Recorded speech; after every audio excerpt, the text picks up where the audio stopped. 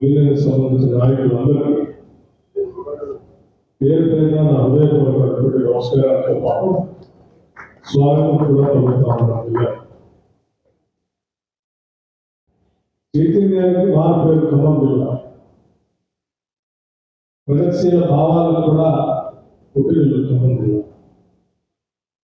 అటువంటి ఖమ్మం జిల్లాలో 3వ మహాసభ ఇక్కడ జరుపుకోవాలని నిర్ణయించుకోవాలని జరుపుకుంటున్నకి మీ అందరికీ నా హృదయపూర్వకమైనటువంటి ధన్యవాదాలతో పాటు జిల్లా సంబంధించినటువంటి వర్కింగ్ జర్నలిస్టు నాయకత్వం బాధ్యతలన్నీ తెలియజేసుకొని రాష్ట్ర వ్యాప్తంగా ఉన్నటువంటి నాయకత్వాన్ని పిలిపించి ఈ కార్యక్రమాలను దిగ్విజయంగా సాగించడానికి ఆ జిల్లా నాయకత్వానికి కూడా నా హృదయపూర్వక అభినందనలు.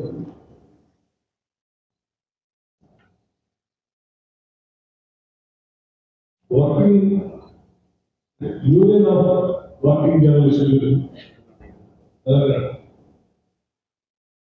అనేక మంది సీనియర్ జర్నలిస్టులు రకరకాల పత్రికల్లో ప్రవేశించినటువంటి వీరుగా జర్నలిస్ట్ అనుభవాలు కలిగినటువంటి వాడు, రకరకాల భావజాలాలతో నీకున్నటువంటి మేధో సంపత్తితో పత్రికలకి వార్తలు రాయడం కాకుండా సమాజానికి కనిపించేటువంటి సందేశాలు కూడా ఇచ్చేటువంటి మేధావులు. అందుకే ఈ జర్నలిస్టులందరినీ జర్నలిజం ఫోర్త్ ఎస్టేట్ గా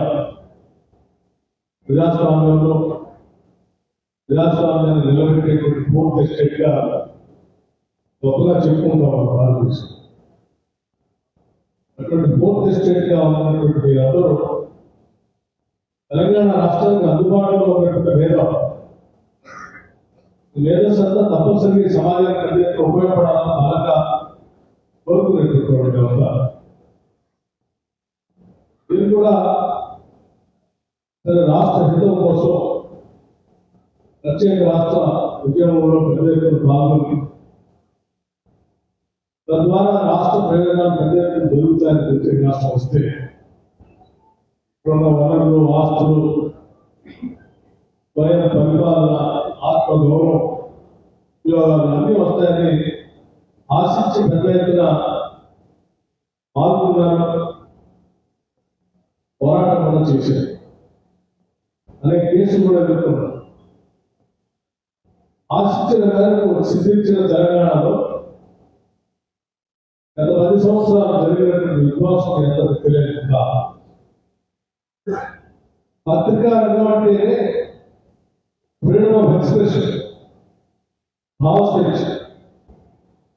10 సంవత్సరాలు తెలంగాణ రాష్ట్రంలో భావ స్వేచ్ఛకే దావు లేకపోయింది. మీ ఆలోచనకి ఎక్కడ దావు లేదు. మీ గొంతుని నిరూపించే పరిస్థితి కూడా మీకు లేకపోయింది. మీరు చేద్దామని ప్రయత్నం చేసినా ఆ ప్రయత్నాన్ని అడ్డుకట్టుగా ఉన్నటువంటి అనేక వ్యవస్థలు, సంస్థలు మిమ్మల్ని బలవంతంగా ఆపేసి అటువంటి పరిస్థితుల్లో ఈరోజు భావ స్వేచ్ఛ బాగా ఉండాలి. తెలంగాణ సమాజానికి ఉన్నటువంటి